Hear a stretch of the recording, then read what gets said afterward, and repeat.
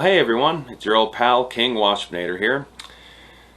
In recent weeks, a lot of corporations and companies and brands have been doing all they can to publicly martyr themselves to make sure that no one thinks that their corporate practices are secretly embedded in white supremacy. And one of these companies to be going through these links is Wizards of the Coast. Now, I was considering starting this video off by making some sort of declaration that Wizards of the Coast is being so much more weaker in their response to criticisms of Dungeons & Dragons than TSR was back in the day. But then I think back to how several of the Outer Planes had to be renamed, and they, for a brief period, had devils and demons called Batezu and Tanari, because they were terribly scared of right-wing Christian Karens from back in the day. Because yes, kids, Karens used to be Republican once upon a time when I was a young lad, but now Karens are left-wing.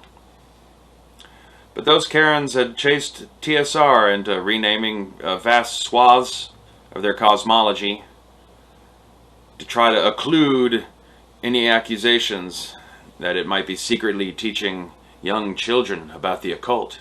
But now D&D is having to wrestle with the fact that it might have some racist tropes baked into it. I mean, let's be honest. The very core axis upon which characters are defined in the game are by their race and their class. Now, why play D&D in the first place? I don't mean that glibly. There's a ton of different games out there. D&D is sort of your entry-level game. It's your mainstream game. It says so on a lot of its products. It's kind of designed for people as young as the age of 12 or so to be playing. Why does it still have the adult following it has? Well, it's because it's iconic. It's because you want to experience a specific universe. It's not the same as just reading a Middle-earth book. It's not the same as a different flavor fantasy world. You want D&D in specific. You want D&D tropes. You want specific D&D creatures to go against. You want to be playing specific types of classic D&D characters. But when you go back to the very original D&D, OD&D, you're only able to play humans, halflings, dwarves, and elves. And the halflings, dwarves, and elves did not have options to be able to take character classes. They were wedded into their specific race's characteristics, and only humans were able to have a choice between fighter, thief, wizard, and priest, cleric.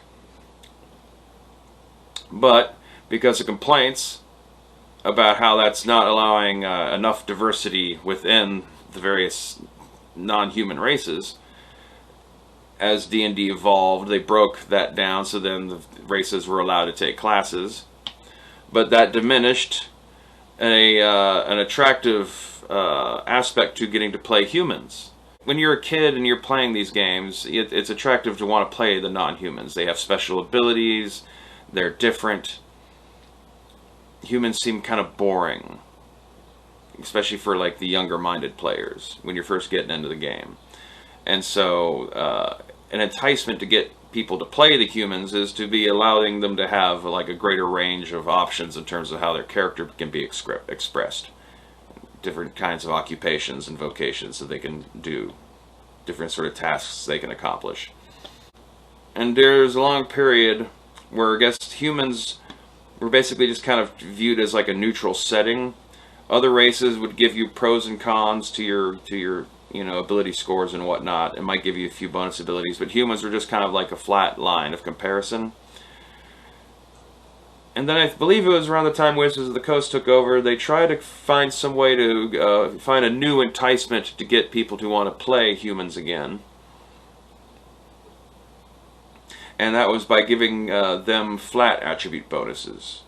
Or giving them, attribute bonuses so they get to choose where to go. Up to a point where by now in 5th edition D&D, humans, like the base model line of humans, is they get a +1 to every attribute. And they've also stripped away the racial negatives from other playable races. So they just get bonuses, but they don't get any negatives because they don't want people, I guess, to associate the idea that specific racial choice might come with any drawbacks, which is like psychologically coddling and detracts from one of the fun things about the game. It's like it's not a video game. Shouldn't be played like it's a video game. You don't want to maximize every last statistic. It's good to have at least one thing that your character is not good at, because that provides situations that create a lot of the fun that is to be had while actually playing these games in a tabletop environment. By having it set up where the humans just get a +1 to everything, it doesn't raise what the flatline value is. Instead, it makes humans automatically just badass at everything.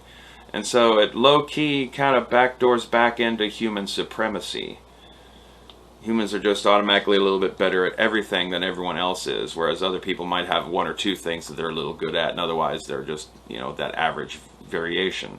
Humans are above average at it all. And, yeah, I'm not sure if that's necessarily as psychologically a good message to be sending as anything else they choose to do. But the whole thing about orcs and the controversy that brings this up right now is that orcs and apparently dark elves, D&D is trying to rethink how they're going to be presenting them so they don't seem quite so wedded to being just evil creatures of evil, which they never have been. A role-playing game that you are a part of is only as racist as the people who are playing it.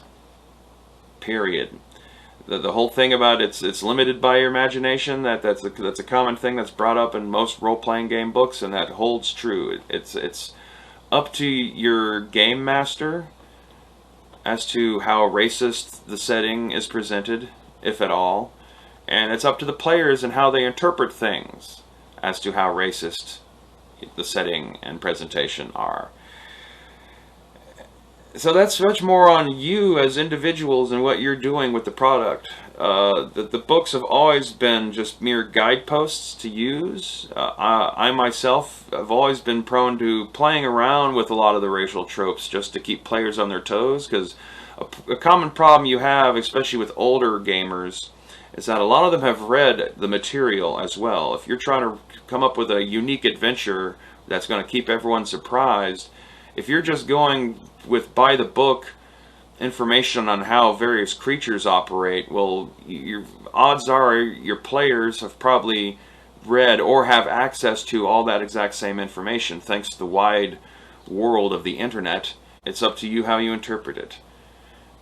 Just because it says orcs are bad guys in the book doesn't mean that you should always use them that way. You could use it against the players to help subvert their expectations in a pleasing fashion, because of their player knowledge of how these things operate in the system. When you have them encounter these things and they are not acting in that kind of expected behavior, that gives them pause and can also help create interesting role-playing opportunities.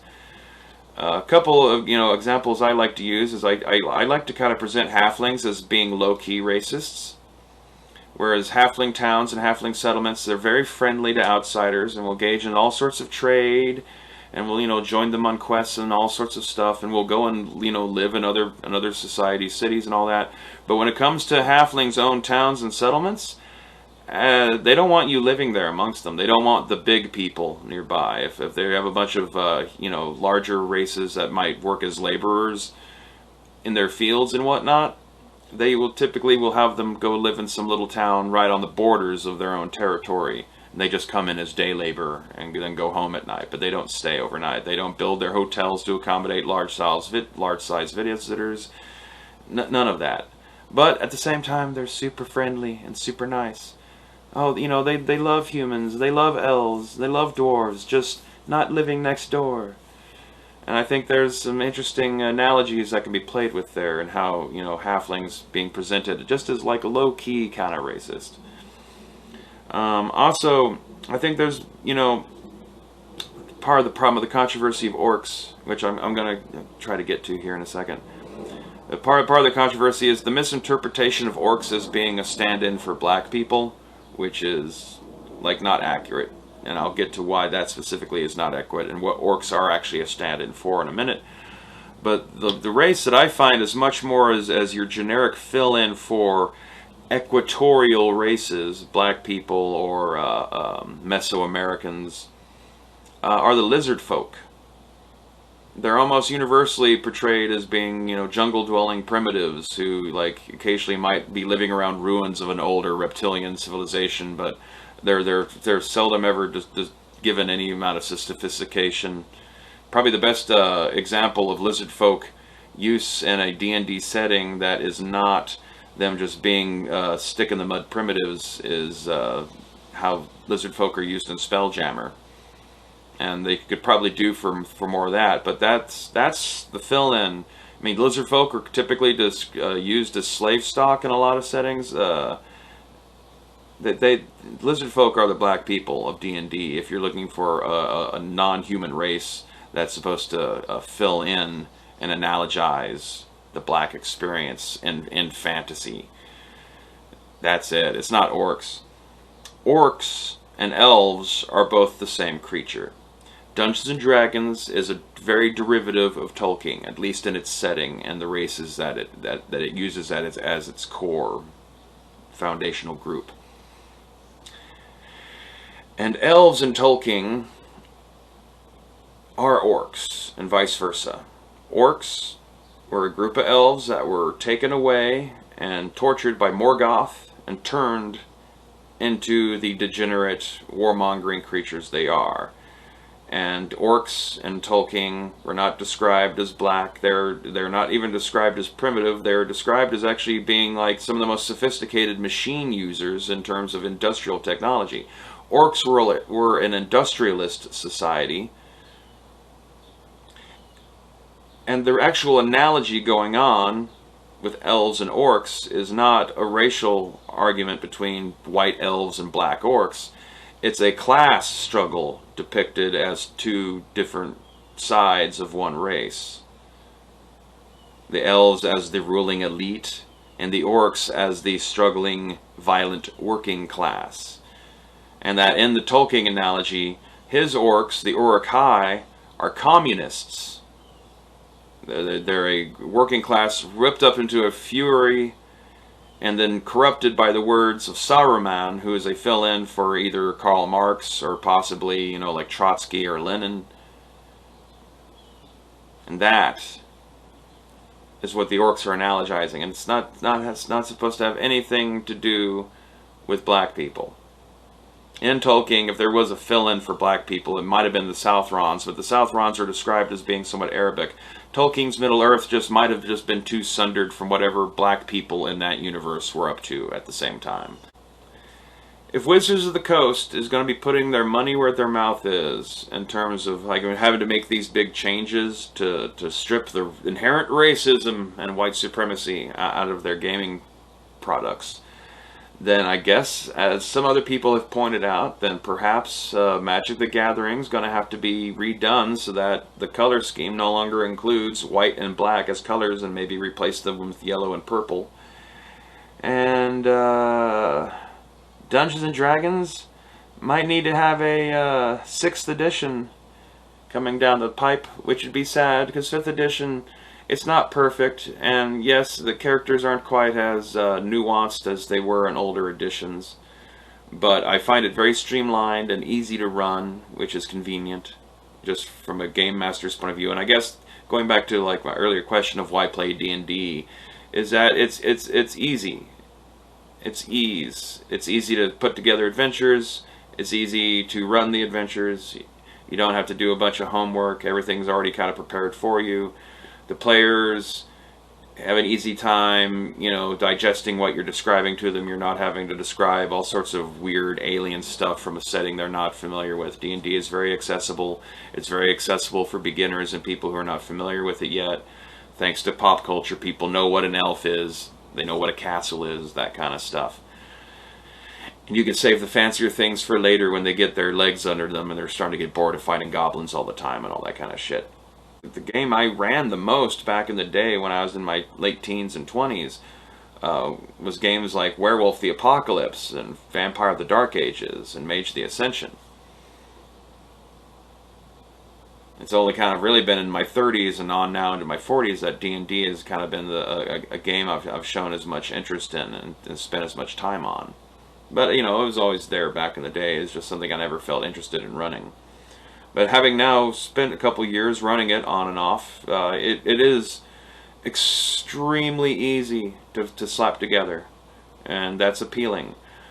But you have to keep in mind that the books are written for noobs. They're written for simps. They're written for normies. So they have basic setups to justify why various creatures can be treated as villains and why it's okay for your heroic good guys to slay them in battle and not feel all bad about it. If they turn every last single non-playable race into something nicey nice and playable, what's going to really be left as a challenge? And at one point does it stop being Dungeons and Dragons anymore? Like, maybe they should strip the combat system out of that too, because it's endorsing violence, obviously, and it should be a game about how characters all hang out and sing songs together and bake muffins. I don't know what they really have in mind ultimately, but a 6th edition is just something I could see looming in the future because, I mean, in this day and age, in this sort of social environment, with the sort of declarations they've been making about how they stand against certain aspects of our society, are they still going to be producing books that say Dungeon Master Guide on them? Is that kosher? And if D&D doesn't have a DMG, is it D&D anymore? Like, the mass appeal waters down the product. The more you try to be inclusive of your player base because you want to increase your sales, which is a natural drive that's enhanced by the fact that companies have to keep increasing their bottom lines over time in order to be able to satisfy investment when they become publicly traded. You know, it waters down the product, which can cause a point where there's a fine line of how far you can push things before the audience just goes away because you're no longer selling them what they want in the first place. Your efforts to catch new people can lose you the vast sea of people you have behind you. Just look at what's kind of happened with Star Trek over the last few years. Adding more artwork into your games depicting black people is pretty empty. The artwork in most D&D books is filler so they can sell you less text and fill up more space anyway. You know, if you're running the game, you don't need a bunch of pictures. What you need is information on the societies and places and characters and creatures and behaviors and all that kind of stuff. You need raw information to help you build your campaign. You don't need splash page after splash page of vivid paintings of heroes fighting some skeletons or some shit. It's nice. Maybe put more of that shit in the player's handbook, perhaps. But, you know, I could be wrong, but I'm trying to think. Every single published setting that 5th edition D&D has right now, all the official stuff stamped by Wizards of the Coast, even if a few of them might be made by, you know, studios they've hired on the side, but it's all got that Wizards of the Coast stamp on it and all the D&D branding that goes with it. Faerun, that's pretty northwestern European in terms of the Sword Coast, since they lean so heavily on the Sword Coast. Eberron, I never really played Eberron, but from what I know of it, it always just kind of struck me as kind of Napoleonic Wars, steampunky D&D. Dark Sun, they're not currently even making Dark Sun right now. But if they had that for 4th edition, and if they brought that back, that's more of a post-apocalyptic D&D setting. Well, what else they have?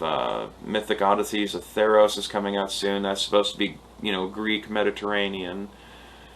Wildemount. I'm not into the Critical Role shit, so I can't speak too much about it. But from what I can glimpse, just seeing like the product page on Amazon when looking at D&D books, it doesn't look like it breaks the mold of settings. For all their posturing about wanting to be inclusive, how come every last D&D setting is based on Western European societies? Back in the day, in the TSR days, they had more variation, at least. You had Oriental Ventures, which I guess they can't really use that name now, and in some ways they were kind of copping out by just like lifting directly like stuff from Chinese and Japanese culture instead of trying to put a fantasy spin on it like they do with European stuff in fantasy worlds. And they had Al-Qadim, which is technically part of Forgotten Realms, but was kind of like its own subset. But it might have touched on Africa, but it was more of a Middle Eastern type setting. So a little debate there on exactly how black that might be, but I can't think of any setting that's ever been like a part of a big published box set since the Hollow World from the original OD&D games from like the early 80s and shit that has had cultures that were explicitly African in theme and origin. So I guess my challenge would be for Wizards of the Coast is if you really want to put your money where your mouth is, then I can't do it, even though I could spitball some ideas. But obviously, I'm the wrong color. If I were to try to come up with an African-based setting, that would be racist of me. So you're gonna have to hire someone else to do this because I'm just not qualified because of my skin color. But I think it'd be interesting if y'all could actually could put out some campaign settings that were actually based on sub-Saharan societies or based on Indian subcontinent society, ancient Vindia, stuff like that, and maybe put some settings out that are actually based on Japanese, Korean, Chinese, Thai. So otherwise you're just taking white people and putting them in blackface within the context of your game, and then trying to act like it's diversity. Are you gonna like have black elves and black halflings? Is that really doing anything? Would that really be doing anything? So anyway, folks, thanks for watching. Hit that subscribe button for more supremacist rants like this, and remember to stay waspinated.